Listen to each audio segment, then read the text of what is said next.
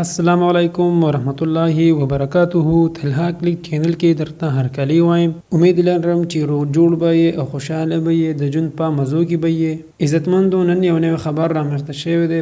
د سوات مټه په عدالت کې یو ځوان ډیر بې دردۍ سره قتل شوی دی. په څه وجه قتل شوی دی او چا قتل کړی دی، دا ټول معلومات موږ سره په دې ویډیو کې وګورئ. که تاسو موږ سره په دې ویډیو کې نوی یې، مهرباني وکړئ زموږ دا چینل ضرور سبسکرایب کړئ، خوا کې ورسره د غونډۍ نشان ووهئ چې هر یوه نوی معلوماتي ویډیو تاسو ته په اسانۍ سره میلاویږي.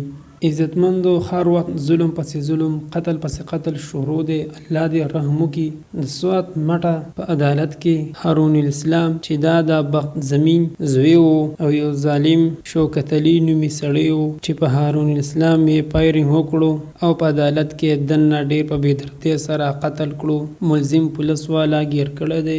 زموږ پولیس والا ته دا درخواست دی چې هارون اسلام ته دې خپل حق پوره ورکړی شي او داسې جاهلان دي زر تر زره د معاشرې نه لرې شي چې د امن او سکون فضا کې خلک ساه واخلي. الله تعالی دې هارون اسلام ته په جنت الفردوس کې اعلی مقام ورکړي او کور والو ته دې الله تعالی د زړه صبر ورکړي. دا وه زموږ د دې وخت نیو معلوماتي ویډیو. که چېرې زموږ ویډیو مو خوښه شوي نو مهرباني وکړئ زموږ دا چینل مه ضرور سبسکرایب کړئ، خوا کې ورسره د غنټۍ نشان ووهئ چې هر یوه نیو معلومات ویډیو تاسو ته په اسانۍ سره میلاویږي. والسلام.